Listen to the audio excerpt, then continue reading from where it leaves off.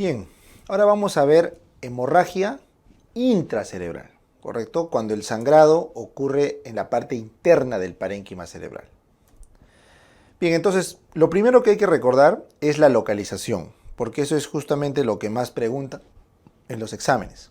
Entonces, el lugar más frecuente de hemorragia intracerebral es el territorio anterior, ¿correcto? No es la parte posterior ni la fosa posterior, ¿no? Es el territorio de irrigación anterior. Y dentro de ese territorio de irrigación anterior, lo más frecuente son las hemorragias en los ganglios basales, representan el 60%, ¿ya? ¿Y por qué? Porque los ganglios basales discurren unas arteriolas de alta presión. Alta presión. Son cuáles las ramas penetrantes lentículo-estriadas del segmento M1 de la arteria cerebral media. Y estas arteriolas de alta presión empeoran con la hipertensión arterial. Entonces, la hipertensión arterial es la causa fundamental y más frecuente de hemorragia intracerebral, ¿correcto? En este caso, causa primaria, de los ganglios basales. Y como los ganglios basales es el lugar más frecuente, entonces en general la hipertensión es la causa más frecuente de hemorragia intracerebral, ¿correcto? Sin embargo, para que ocurra esto tiene que formarse con mucho tiempo el daño vascular, los famosos aneurismas de Charcot-Bouchard. Y estos aneurismas de Charcot-Bouchard son justamente los que ocurren tras años de hipertensión arterial, por eso es que esto es la causa más frecuente en ancianos. ¿Listo? Cerrado. Luego vamos con la siguiente, la lobar.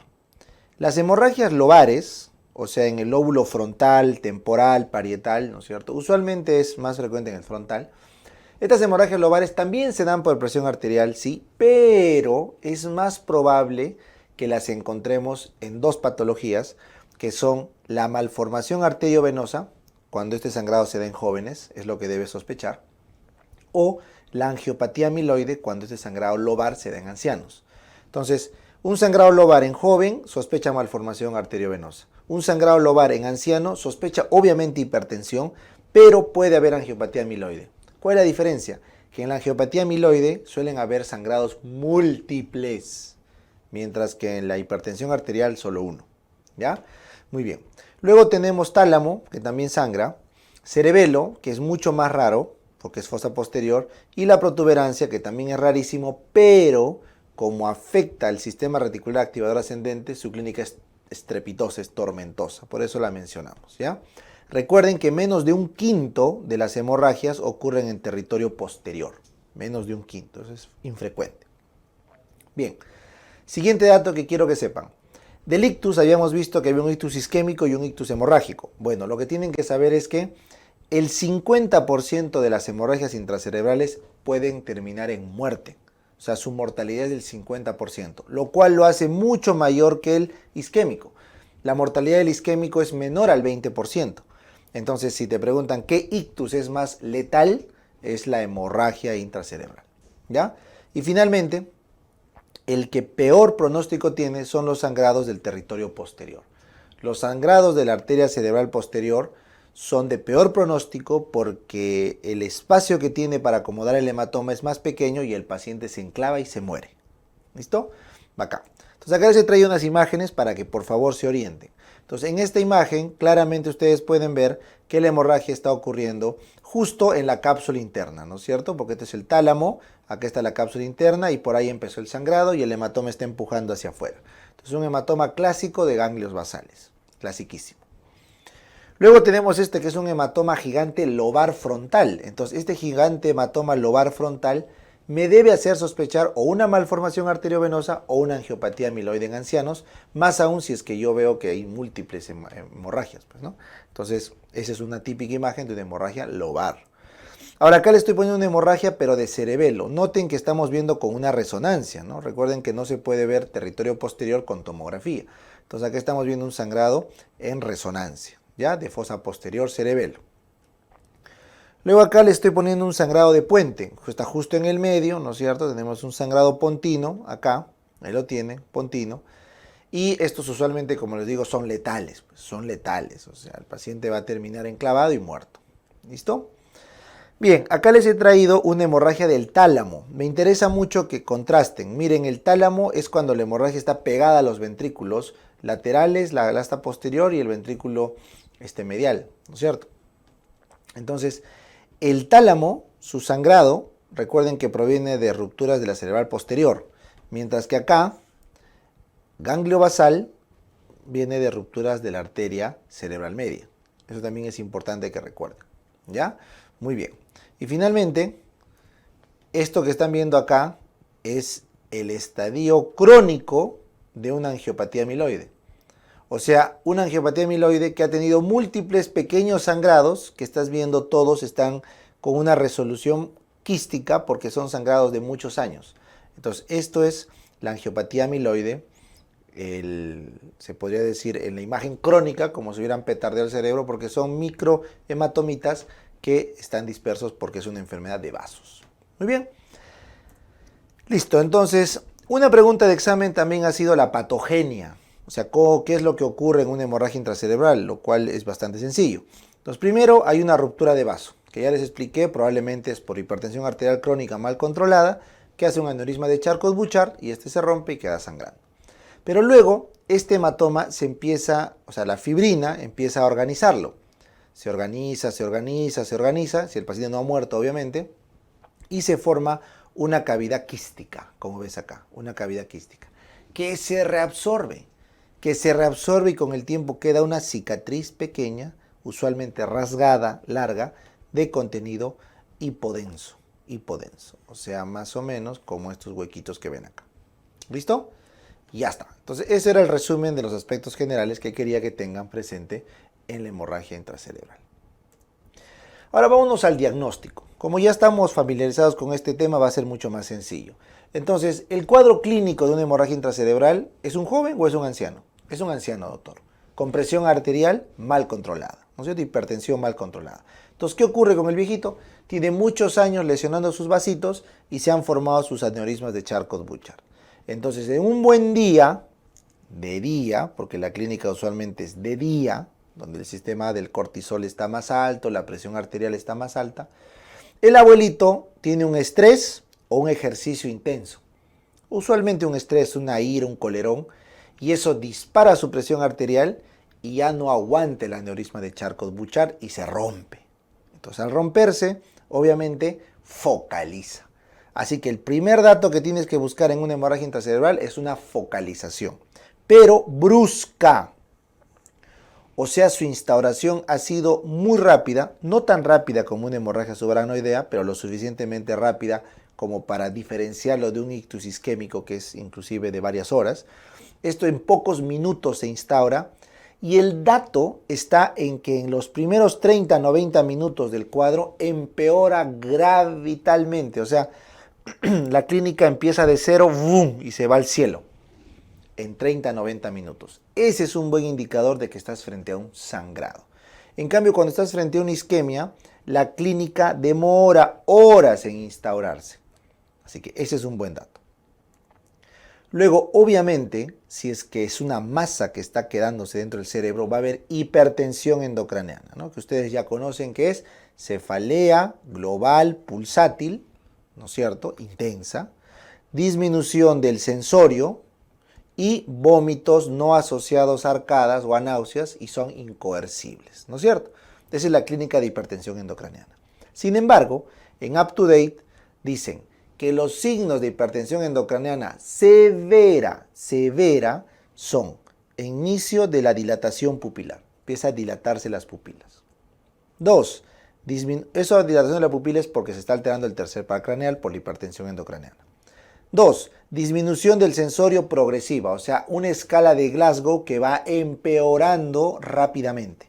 Es otro criterio de que va a ser severa o que está siendo severa la hipertensión. Y finalmente, pregunta de examen, la tríada de Cushing, ¿no? Que por la presión que se está haciendo ya sobre el tronco, el paciente hace bradicardia, porque estás presionando los centros de la frecuencia cardíaca del bulbo raquídeo, haces frecuencia respiratoria baja, o sea, disminución de la frecuencia respiratoria porque sigues presionando los centros neumotáxicos, apnéusicos que controlan la respiración, pero el paciente hace hipertensión arterial, O sea, bradicardia con disminución de frecuencia respiratoria debería ir de la mano de hipotensión en cuadros cardiovasculares. Pero acá estás yendo con cuadros de hipertensión porque estás tratando de vencer a la presión del hematoma. Recuerden que el cerebro se protege del hematoma aumentando la presión arterial. Correcto, para que la perfusión pueda darse a pesar de que estás perdiendo espacio por el hematoma. Entonces la triada de Cushing ya es un signo pues avanzado de hipertensión endocraniana severa. ¿No es cierto? Muy bien. Adicionalmente a esto hay que añadir el papiledema, pero para el cuadro de hemorragia intracerebral estos son los signos más importantes. Muy bien, entonces recuerden que como toda ictus tiene que ser diagnosticado ¿con qué? Con una imagen, pues, ¿no? Correcto. Entonces lo correcto es hacer una tomografía o una resonancia magnética rápida y vamos a encontrar la lesión. Pues no creo que ya lo hemos visto esto. Claramente es una lesión hiperdensa, correcto, hiperdensa. Usualmente está redondeada, no tiene una cápsula y se presenta en los territorios que dijimos, ¿no? Ganglio basal, tálamo, lobar, protuberancia, cerebelo. ¿Ya? Esta lesión hiperdensa, como estás viendo acá, se ha visto en una tomografía sin contraste. Recuerden que es importante eso, no debe tener contraste. Es una tomografía sin contraste, que usualmente debería hacerse en los primeros 20 minutos de admitido el paciente en la emergencia. ¿Ya? El hierro, usualmente de la sangre, es suficiente para mostrar la imagen. Muy bien. Recuerden que si estamos en fosa posterior, cerebelo, tronco, se recomienda resonancia, porque fosa posterior no agarra bien la tomografía. Entonces ahí está, ese es un sangrado por resonancia, en este caso en cerebelo, y lo que se recomienda es que sea una resonancia rápida, ¿no? Que se haga en esos 20 minutos como habíamos quedado. Finalmente, un paciente puede tener una hemorragia cerebral crónica que tú lo vas a encontrar en un hallazgo incidental en una tomografía, como ven acá. Esto que ven acá es un quiste que ha quedado, una cicatriz de una hemorragia pasada, donde el paciente sobrevivió, pero quedó esa lesión quística crónica que nos dice que hubo una hemorragia hace mucho tiempo. ¿Listo? Entonces, de esa forma ustedes han diagnosticado su hemorragia intracerebral. Ahora pasemos al tratamiento. ¿Correcto? Pasemos al tratamiento. Bien, entonces tenemos un manejo o una evaluación inicial. Vamos con la evaluación inicial, la que se tiene que hacer en emergencia o inclusive en el transporte del paciente hacia la emergencia. Entonces, como el paciente claramente está frente a una emergencia neurológica, el paso número 1 pues es el ABCD. Así como es en epilepsia, como es en meningitis, el ABCD, sellado. Luego, es importante medir la escala de coma de Glasgow al inicio. Es importantísimo identificar en cuánto está empezando el Glasgow y localizar cuál es la focalización del paciente para ver qué territorio es probablemente el que está sangrando. Entonces, escala coma de Glasgow y focalización. Obviamente les dije que tenemos 20 minutos ¿para qué? Para hacerle su tomografía sin contraste o una resonancia magnética rápida, así le llaman. Resonancia rápida, porque no es la que tiene que hacer todo el procedimiento tradicional. ¿Listo? Recuerden que estos pasos son cruciales para establecer el diagnóstico. Son cruciales para establecer el diagnóstico, pero no te van a ayudar al momento de tratar de encontrar la causa y solucionarlo de forma aislada. O sea, requieren ir de la mano con el laboratorio. Por eso es importante que mientras van haciendo todo esto, se le vaya tomando las pruebas de laboratorio. Un hemograma, inevitable, para ver si no es un problema sanguíneo, el sangrado, una coagulopatía, por ejemplo. Por eso también se hace perfil de coagulación, para ver que no sea un problema de las moléculas. Entonces, el hemograma nos permite ver que no es un problema de las plaquetas, el perfil de coagulación de la coagulación en sí, entonces estamos descartando hematología. Se hacen electrolitos siempre porque recuerden que la pérdida del sensorio se asocia también a trastornos electrolíticos, así que hay que descartarlo. Obviamente, mientras no haya imagen, es una buena variable considerar electrolitos. Obviamente la hipoglicemia da clínica de focalización, así que es una muy buena idea, incluso antes de la imagen, tener los datos de la glucosa. Y finalmente, para descartar problemas cardíacos, se le hace troponinas y como se le va a someter a la persona a tomografías, es importante saber su estatus de embarazo. Una beta-HCG sería ideal para poder entrar de forma segura a una tomografía. Muy bien. Esto, como les digo, se hace en paralelo con la escala Coma-Glasgow y la tomografía que se le pidió al paciente. Recuerden que estamos en unos breves 20 minutos que hemos recibido al paciente en la emergencia. ¿Ya? Listo. La guía actualmente recomienda que la hipertensión endocraniana tiene que ser medida cada hora. O sea, la escala Coma de Glasgow y las variantes que les dije de gravedad de hipertensión endocraniana tienen que ser medidas cada hora para ver cómo está progresando esa hemorragia. ¿Ya? ¿Por qué, profe? Porque el manejo es muy complejo. O sea, el paciente no se le puede hacer nada desde el punto de vista médico que pueda parar el sangrado. Solamente podemos contener el daño del cerebro y esperar, rogar al cielo de que ese sangrado pare. Sin embargo, si el paciente está sangrando mucho y ya se va a morir, podemos evitar esa muerte, más no las secuelas, con una cirugía descompresiva de emergencia. Así que, en líneas generales, el pronóstico de la hemorragia intracerebral es sombrío, por eso se muere la mitad. ¿Por qué? Porque no hay que hacer, pues, ¿no? Entonces, la guía recomienda. Bueno, primero que nada, el manejo médico, este es el manejo médico, es netamente preventivo de la lesión del resto de cerebro que queda viable y tratar de evitar que la hipertensión endocraniana se complique. Entonces, primero hay que entubarlo si es que su Glasgow está menor o igual a 8, no lo olviden, menor o igual. Si es un problema de coagulación, pues tenemos que revertirlo, ¿no? Entonces será un problema de warfarina, habrá que pasarle plasma, ¿no? Vitamina K. Si es un problema de anticoagulantes, habrá que darle sus antídotos, si es heparina, sulfato de protamina, lo que fuera. O sea, hay que revertir el problema de coagulación.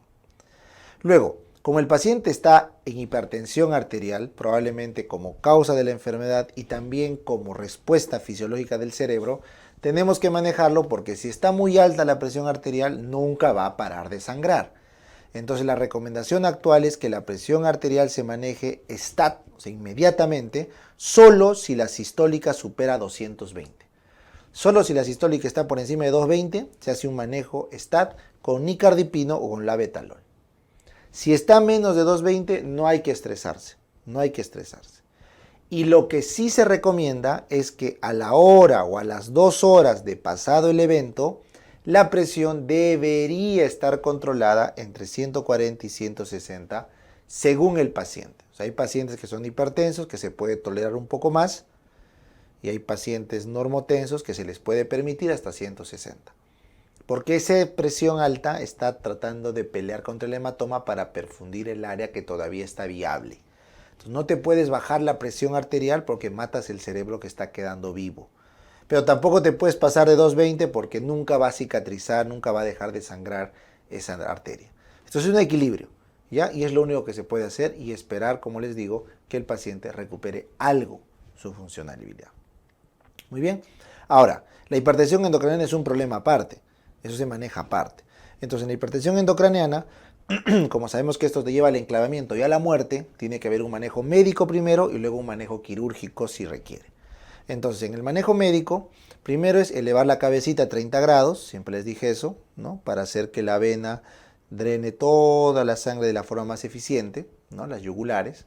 Luego se le puede dar una sedación leve con midazolam para poder intubarlo y que el paciente no se mueva, no haga esfuerzos por el dolor, etc. Luego la temperatura tiene que ser mantenida con paracetamol por debajo de 38 grados para hacer la protección de la zona de penumbra. Y finalmente, el sodio tiene que mantenerse por encima de 135. Recuerden que cuando hay un sangrado cerebral ocurren numerosos déficits hidroelectrolíticos y lo ideal es mantener un sodio en concentraciones normales. ¿Ya? Finalmente, si es que queremos arrancar un manejo médico para la hipertensión endocraniana, obviamente el mannitol es una opción o también el sodio hipertónico al 23.4%, pero solamente si tiene clínica de hipertensión endocraniana manifiesta. O sea, si el paciente claramente está con vómitos incoercibles, si es que está con sensorio comprometiéndose, entonces sí podemos considerar mannitol o sodio hipertónico.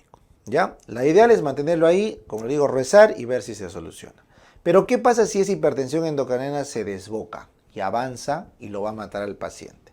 Entonces, obviamente hay que hacer algo, pues, ¿no? Entonces ahí viene el manejo quirúrgico. El manejo quirúrgico prácticamente es ya lo último y lo extremo, que básicamente lo que busca es evitar la muerte inminente, ¿no? Entonces, ¿qué dicen los criterios? Si en la tomografía te sale una hemorragia en el cerebelo de más de 3 centímetros de diámetro, mayor o igual, o estás comprimiendo el tronco porque se ve que se está moviendo en la línea media el tronco, hay que operarlo. Cirugía descompresiva, ¿ya?